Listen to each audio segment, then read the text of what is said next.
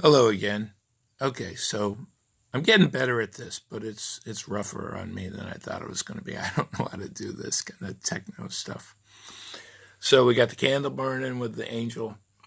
The incense is out because I did this already. I'm just rereading it for y'all. So anyway, the question is, as it always is, about love.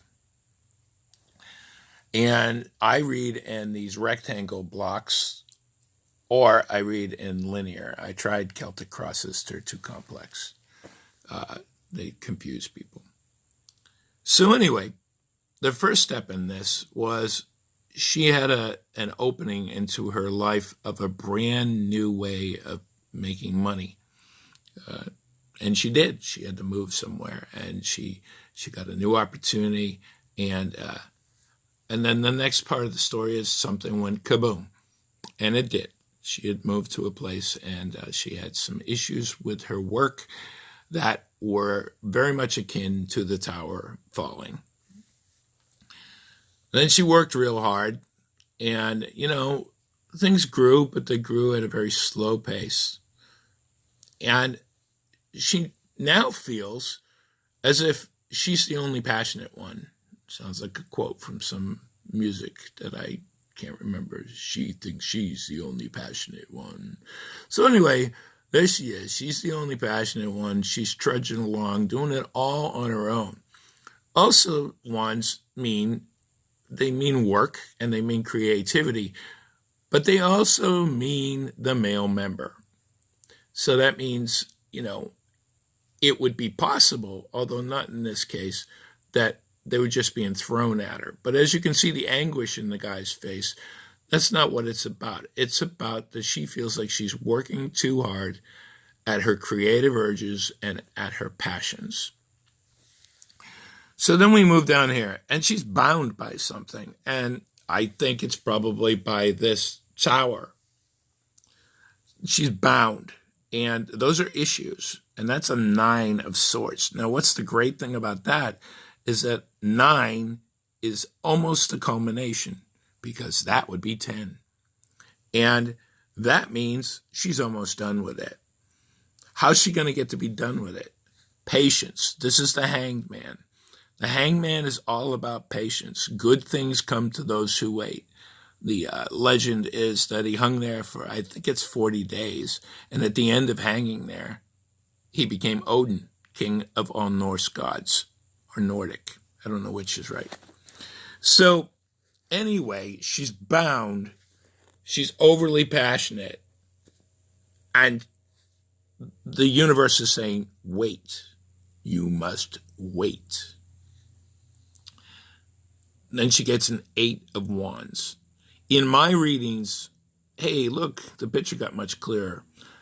In my readings, the 8 of wands is always, always moving.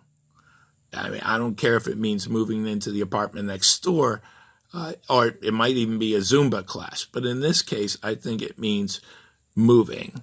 So she needs to be patient, and then she's got to move. And from something one of my wonderful friends taught me, I believe wands is weeks. So she's going to move within 8 weeks, according to this.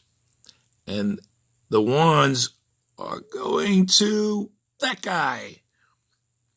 She's not going to meet him for 8 months, according to this. Notice the number 8 is coming up a lot.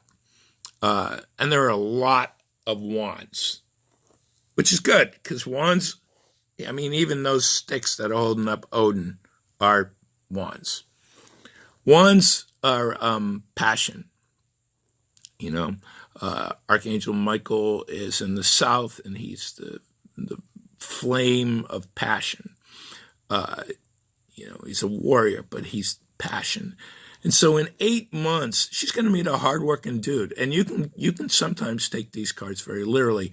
He's going to be a hardworking dude, but he's going to be all about work, or in this case, money and home life. And, that's great. If that's what she wants, that'll be fantastic. So generally, when you turn the deck over, you get this thing called a shadow card. And in my experience, shadow cards, which this one is the Knight of Rods, are the spirit of the question, the real spirit, not the question they ask you, but what is really bugging them. Okay, remember what I said about wands or rods? They're the symbolism of the male member. And a knight is a male. I mean, a strong, fighting, heroic male.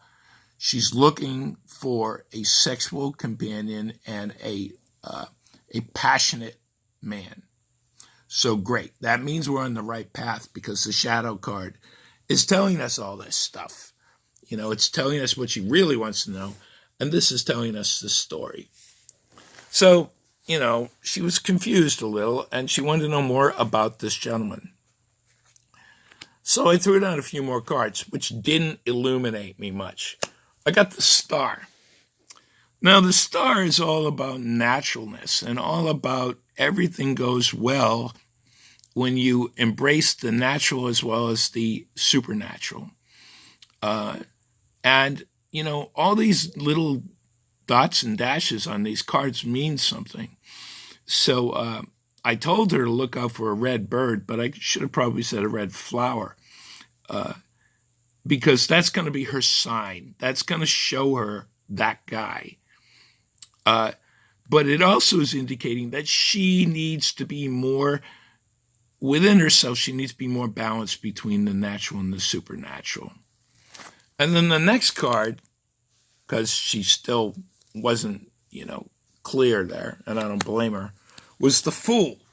Now, you would think that would indicate that he's foolish. It does not. It indicates that it's the beginning of a pathway. And to me, in this case, it indicates that her pathway is unbiased. There's no preconceived notions.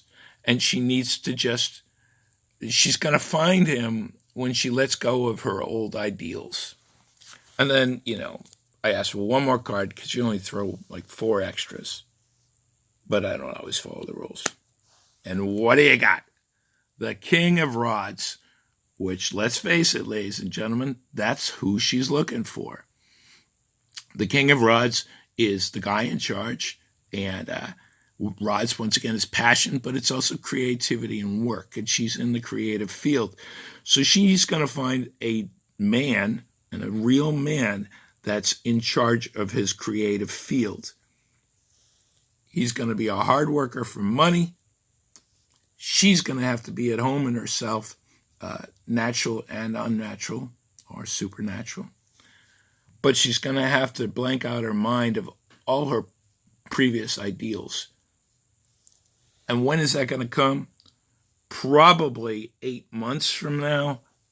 She's going to move in 8 weeks, we hope, if she wants this to go through. And she's going to have to show some patience.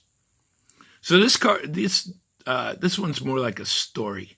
And that's it. All right. May you all be blessed. Thank you.